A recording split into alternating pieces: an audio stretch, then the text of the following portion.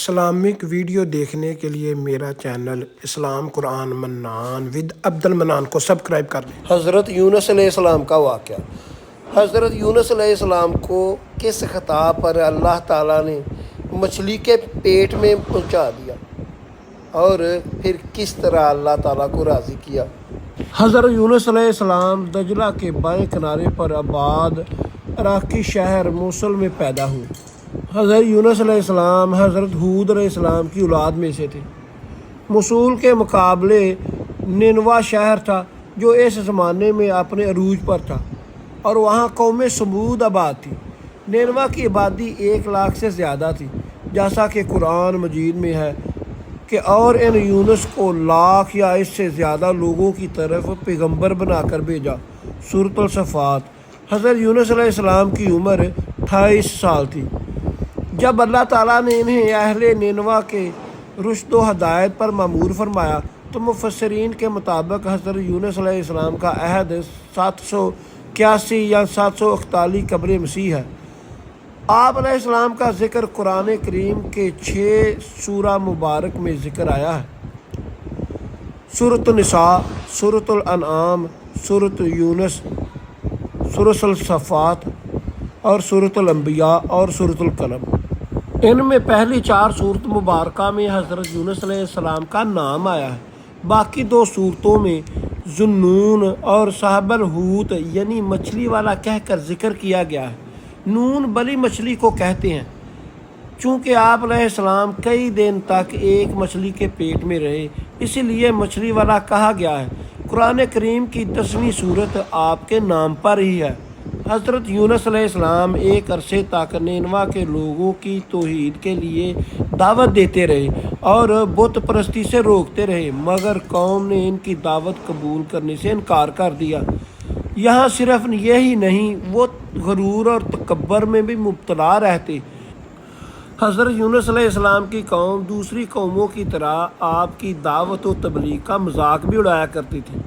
جب ان کی سرکشی اور نافرمانی انتہا کو پہنچ گئی تو اللہ تعالیٰ نے حضرت یونس علیہ السلام کو حکم دیا کہ لوگوں کو آگاہ کر دو کہ 2-3 دن کے اندر اندر ان پر عذاب آنے والا ہے۔ آپ علیہ السلام نے قوم میں ان کا اعلان کر دیا۔ یہ سن کر قوم یونس نے آپس میں مشورہ کیا تو اس بات پر ان سب کا اتفاق ہوا کہ یونس علیہ السلام کو کبھی جھوٹ بولتے نہیں دیکھا، لہٰذا ان کی بات نظر انداز نہیں کرنی چاہیے۔ مشورے میں یہ بھی طے پایا کہ دیکھا جائے کہ اگر یونس علیہ السلام رات بستی کے اندر اپنے گھر میں مقیم رہتے ہیں تو سمجھ لو کچھ نہیں ہوگا، اور اگر وہ یہاں سے کہیں اور چلے جاتے ہیں تو یقین کر لینا صبح عذاب ضرور آ جائے گا۔ حضرت یونس علیہ السلام رات کو اپنی بستی سے نکل گئے۔ صبح ہوئی تو عذاب الہی ایک سیاہ دھوئیں اور بادل کی شکل میں بستی والوں کے سروں پر منڈلانے لگا۔ جب وہ ان کے قریب ہونے لگا تو لوگوں کو یقین ہو گیا کہ اب وہ سب ہلاک ہونے والے ہیں۔ یہ دیکھ کر حضرت یونس علیہ السلام کو تلاش کرنے لگے، ان کے ہاتھ پر ایمان لے آئے اور توبہ کرنے لگے، مگر آپ علیہ السلام کو نہ پایا اور نہ خود ہی اخلاص کی نیت کے ساتھ توبہ استغفار میں لگ گئے۔ مگر جب حضرت یونس علیہ السلام ڈھونڈنے پر بھی نہیں ملے تو خود ہی اخلاص اور اچھی نیت کے ساتھ اللہ کے سامنے استغفار کرنے لگے اور اپنے گھروں سے ایک میدان میں نکل آئے۔ عورتیں، بچے اور جانور سب اس میدان میں جمع کر لیے۔ تمام بستی والے ٹاٹ کے کپڑے پہن کر عاجزی و انکساری کے ساتھ توبہ کرنے اور عذاب سے پناہ مانگنے میں اسی طرح مشغول ہوئے کہ پورا میدان آہو اور سسکیوں سے گونجنے لگا۔ اللہ تعالیٰ نے ان کی توبہ قبول فرما لی اور عذاب ان سے ہٹا دیا۔ روایت میں ہے کہ یہ عاشوراء یعنی 10ویں محرم کا دن تھا۔ ادھر حضرت یونس علیہ السلام بستی سے باہر اس انتظار میں تھے کہ اب اس قوم پر عذاب نازل ہوگا۔ ان کی توبہ اور استغفار کا حال انہیں معلوم نہ تھا۔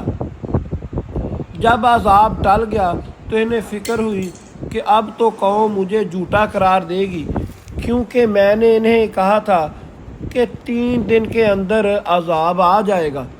اس قوم کا قانون تھا کہ جس شخص کا جھوٹ معلوم ہو جاتا وہ اپنے کلام پر کوئی شہادت پیش نہ کر سکتا تو اسے قتل کر دیا جاتا۔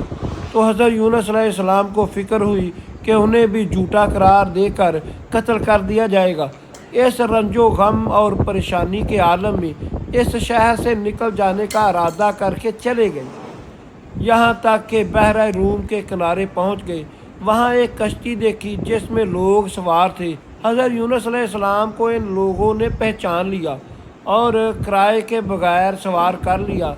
کشتی روانہ ہو کر جب وسط میں پہنچی تو خود بخود ہی ٹھہر گئی، آگے بڑھتی اور نہ پیچھے۔ کشتی والوں نے منادی کی کہ ہماری اور اس کشتی میں کوئی ظالم اور گناہ گار اور بھاگا ہوا غلام سوار ہو جاتا ہے تو یہ کشتی خود بخود رک جاتی ہے۔ ایسے آدمی کو چاہیے کہ خود کو ظاہر کر دے تاکہ اس کی وجہ سے دوسروں پر مصیبت نہ آئے۔ حضرت یونس علیہ السلام بول اٹھے کہ بھاگا ہوا غلام گناہ گار ہے وہ میں ہی ہوں، کیونکہ اپنے شہر سے نکل کر بستی میں سوار ہونا ایک طبی خوف کی وجہ سے تھا، اللہ تعالیٰ کا حکم نہیں تھا۔ اور اللہ تعالیٰ کے حکم کے بغیر یوں چلے آنا کہ حضرت یونس علیہ السلام کو پیغمبرانہ شان کی ایک گناہ گار قرار دے دیا۔ بہرحال آپ علیہ السلام نے فرمایا کہ مجھے دریا میں ڈال دو تو تم سب اس عذاب سے بچ جاؤ گے، مگر کشتی والے نے اس پر تیار نہ ہوئے، بلکہ انہوں نے قرآن اندازی کی تاکہ سب کا نام نکلے اس دریا میں ڈالے جانے پر، لیکن قرآن اندازی میں بھی حضرت یونس علیہ السلام کا بھی نام آیا۔ لوگوں نے اس پر تعجب ہوا تو کئی مرتبہ قرآن اندازی کرنے کے بعد ہر مرتبہ حضرت یونس علیہ السلام کا ہی نام آیا۔ قرآن کریم میں سورۃ الصفات میں آیات نمبر 141 میں اس قرآن اندازی اور حضرت یونس علیہ السلام کا نام نکلنے کا ذکر موجود ہے۔ ایک طرفہ قرآن اندازی میں نام نکلنے پر حضرت یونس علیہ السلام کو دریا میں ڈالنے کی تیاری ہو رہی تھی، اور دوسری طرف ایک بڑی مچھلی اللہ کے حکم سے کشتی کے قریب منہ کھولے ہوئے موجود تھی تاکہ آپ علیہ السلام کو اپنے پیٹ میں جگہ دے۔ حضرت یونس علیہ السلام جیسے ہی پانی میں گئے، مچھلی نے فوراً انہیں اپنے پیٹ میں لے لیا۔ حضرت عبداللہ بن مسعود رضی اللہ تعالیٰ عنہ ارشاد فرماتے ہیں کہ حضرت یونس علیہ السلام اس مچھلی کے پیٹ میں 40 روز رہے، یہ انہیں زمین کی تہہ تک لے جاتی اور دور دراز کی مسافتوں میں پھراتی رہتی۔ پھر اسی حال میں حضرت یونس علیہ السلام دعا پڑھتے تھے، لا الہ الا انت سبحانک انی کنت من الظالمین۔ تو اللہ تعالیٰ نے دعا قبول فرما لی اور مچھلی نے آپ کو بالکل صحیح سالم کنارے پر ڈال دیا، اور مچھلی کے پیٹ کی گرمی سے ان کے بدن پر کوئی بال نہ رہا، اور اللہ تعالیٰ نے ان کے قریب ایک درخت اگا دیا جس کے پتوں کا سایہ اور آپ علیہ السلام کے لیے راحت کا سبب بن گیا۔ اور ایک جنگلی بکری اللہ کے حکم سے صبح شام آپ علیہ السلام کے پاس آ کر کھڑی ہوتی اور آپ علیہ السلام ان کا دودھ پی لیتے۔ علماء کہتے ہیں کہ اگر حضرت یونس علیہ السلام مچھلی کے پیٹ میں یہ ذکر نہ کرتے، لا الہ الا انت سبحانک انی کنت من الظالمین، تو قیامت تک مچھلی کے پیٹ میں رہتے اور قیامت کے دن ہی مچھلی کے پیٹ سے نکلتے۔ حضرت ابو ہریرہ رضی اللہ تعالیٰ عنہ نقل کرتے ہیں کہ رسول اللہ صلی اللہ علیہ وآلہ وسلم نے ارشاد فرمایا، جب اللہ تعالیٰ نے حضرت یونس علیہ السلام کو مچھلی کے پیٹ میں قید کرنے کا ارادہ فرمایا تو مچھلی کو حکم دیا کہ اس کو لے لو، لیکن اس کے گوشت پر تیرا حق نہیں ہے کیونکہ یہ تیری غذا نہیں ہے۔ جب مچھلی آپ علیہ السلام کو لے کر سمندر کی انتہائی نچلی سطح پر پہنچی تو حضرت یونس علیہ السلام نے کچھ آہٹیں سنی۔ اس پر اللہ تعالیٰ نے وحی فرمائی، یہ سمندری جانوروں کی تسبیح ہے۔ اس موقع پر حضرت یونس علیہ السلام نے بھی تسبیح کی۔ جب فرشتوں نے آپ علیہ السلام کی تسبیح سنی تو بارگاہ الہی میں یہ عرض کرنے لگے، اے ہمارے پروردگار، ہم ایک حنیف اور کم ظرف سی آواز کسی اجنبی زمین سے سن رہے ہیں۔ اللہ تعالیٰ نے فرمایا، یہ میرا بندہ یونس ہے۔ فرشتوں نے عرض کیا، وہ تو نیک بندے ہیں اور ان کی طرف ہر شب و روز آپ کے پاس نیک عمل پہنچتا ہے۔ اللہ تعالیٰ نے فرمایا ہاں یہ میری بہت اچھی تسبیح کرتی ہے۔ پھر فرشتوں نے اللہ تعالیٰ کے حضور حضرت یونس علیہ السلام کی سفارش کی تو مچھلی نے اللہ کے حکم سے حضرت یونس علیہ السلام کو سمندر کے کنارے پر ڈال دیا۔